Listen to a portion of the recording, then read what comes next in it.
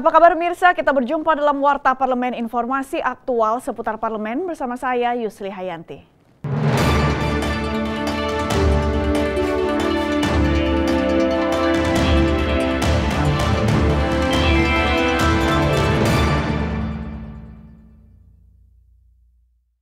Guna menutupi kekurangan representasi anggota DPR RI di beberapa provinsi, Panitia Khusus Rancangan Undang-Undang Penyelenggaraan Pemilu dan pemerintah menyepakati penambahan kursi anggota DPR RI pada pemilu legislatif 2019 sebanyak 15.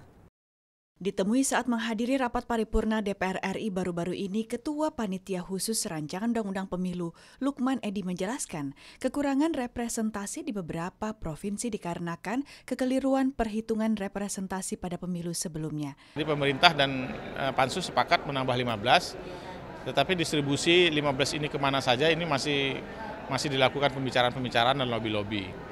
Ya pada dasarnya adalah penambahan itu diperlukan untuk menutupi defisit representasi di, kalau tidak salah, di sekitar 12 provinsi yang hampir 2 kali pemilu ini mengalami underrepresented. Anggota Pansus Penyelenggaraan Pemilu Hetifah Saifudian mengatakan, Pansus juga telah menyepakati penambahan jumlah komisioner di 2 lembaga penyelenggara pemilu, yaitu KPU dan Bawaslu, guna mengantisipasi beban kerja yang makin tinggi menghadapi pilkada dan pilpres yang akan datang.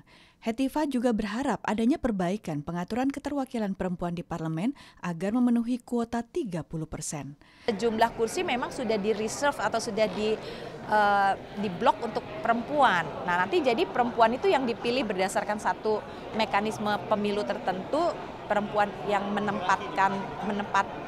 menempati 30% itu yang mana gitu. Kemudian ada alternatif kedua ya tadi memperbaiki sistem zippernya yang tadinya cuma 1 dari 3 jadi zipper murni, yaitu 50% kan. Kalau nomor urutnya 1 laki, nomor 2 perempuan, nomor 3 laki, nomor 4 perempuan atau sebaliknya. Sandika dan Ridwan, TVR Parlemen melaporkan. Ketua DPR RI Setia Novanto memastikan pembahasan revisi Undang-Undang Nomor 15 Tahun 2003 tentang tindak pidana terorisme segera dirampungkan dalam waktu dekat. Hal tersebut merupakan kesepakatan antara DPR dan Presiden dengan tujuan untuk memerangi tindak pidana terorisme yang kian mengkhawatirkan. Ketua DPR RI Setia Novanto menggelar acara buka puasa bersama Presiden Joko Widodo dan para pemimpin lembaga negara lainnya di Rumah Dinas Ketua DPR, Komplek Widya Chandra, Jakarta baru-baru ini. Turut hadir pada acara ini para Menteri Kabinet Kerja dan Kepala Lembaga Pemerintah serta sejumlah anggota DPR RI. Ketua DPR menyampaikan saat ini Panitia Khusus Rancangan Undang-Undang Terorisme bersama pemerintah sedang melakukan pembahasan dan harmonisasi terkait substansi Rancangan Undang-Undang Terorisme. Menurut Novanto, perlu adanya sinkronisasi antara Polri dan TNI dalam memberantas terorisme. Sinkronisasi tersebut diperlukan agar pemberantasan terorisme di Indonesia lebih optimal. Untuk bisa segera, untuk bisa kita selesaikan.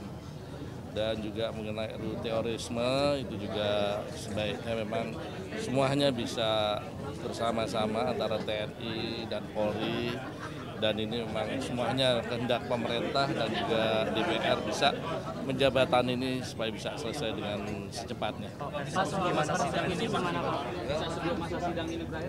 Setia Novanto menambahkan saat ini DPR dan pemerintah terus berusaha mengharmonisasikan tugas serta tanggung jawab TNI dan Polri berkaitan dengan rancangan undang-undang terorisme. Diharapkan proses harmonisasi ini segera dapat diselesaikan dalam waktu dekat. Menurut Novanto, penguatan undang-undang terorisme tidak hanya memenuhi imbauan dari Presiden Jokowi, melainkan bentuk kewajiban DPR dalam melaksanakan kepentingan negara. Ya kita coba di DPR kerja keras, tinggal sekarang nanti pemerintah akan kita terus mengadakan harmonisasi mengenai tugas dan tanggung jawabnya antara TNI dan Polri supaya semua bisa sinkron. Ya. Isu itu saya mendukung.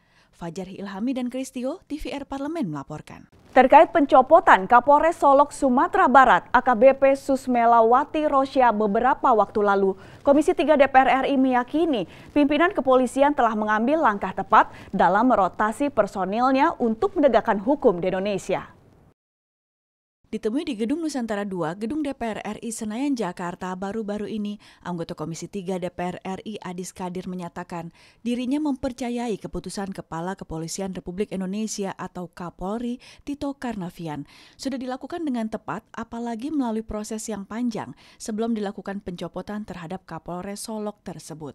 Adis menjelaskan proses pencopotan Kapolres Solok tersebut sesuai mekanisme dan aturan yang ada di internal kepolisian. Jika nanti ada kesalahan atau salah prosedur dalam proses pencopotan Kapolres tersebut, maka Komisi 3 DPR RI tidak segan-segan untuk memanggil Kapolri untuk dimintai keterangan. Terkait dengan ini, mereka kan pasti menurunkan propam ya, mereka akan melihat. Kita tidak bisa intervensi apabila ada pencopotan, otomatis itu ada kesalahan yang dilakukan. Ya. Jadi terkait dengan langkah-langkah itu kita tidak bisa intervensi dan kita harapkan agar supaya ini menjadi pembelajaran untuk seluruh Kapolres di seluruh Indonesia agar supaya mengantisipasi dengan baik tidak terjadi hal-hal yang tidak diinginkan oleh masyarakat. Dan Hal senada disampaikan anggota Komisi 3 DPR RI Akbar Faisal. Akbar mengatakan Kapolri Tito Karnavian dan jajarannya diberikan kewenangan oleh undang-undang untuk memeriksa, bahkan menahan masyarakat sipil yang terbukti melanggar aturan. Menurut Akbar, pihak kepolisian harus bertindak tegas dalam mengemban tugas untuk menegakkan hukum sehingga tidak ada kompromi terhadap pelanggaran-pelanggaran hukum. Ketika ada pihak yang mencoba mengambil alih tugas Polri, itu adalah pelanggaran. Untuk itu, seluruh jajaran kepolisian pada berbagai level dimanapun di Republik Indonesia ini harus tegas dalam menjalankan tugas. Keputusan Kapolri untuk mencopot Kapolres Solok itu adalah sesuatu yang sudah tepat. Sekaligus Kapolri mengirim sinyal kepada seluruh jajarannya untuk segera bergegas mengambil sikap yang tegas untuk kasus-kasus yang sama di seluruh Indonesia. Karena ini berbahaya loh. Habibie dan Heri, TVR Parlemen melaporkan. Demikianlah Warta Parlemen kali ini. Sampai jumpa pada Warta Parlemen berikutnya. Terima kasih atas perhatian Anda. Saya Yusri Hayanti. Wassalam.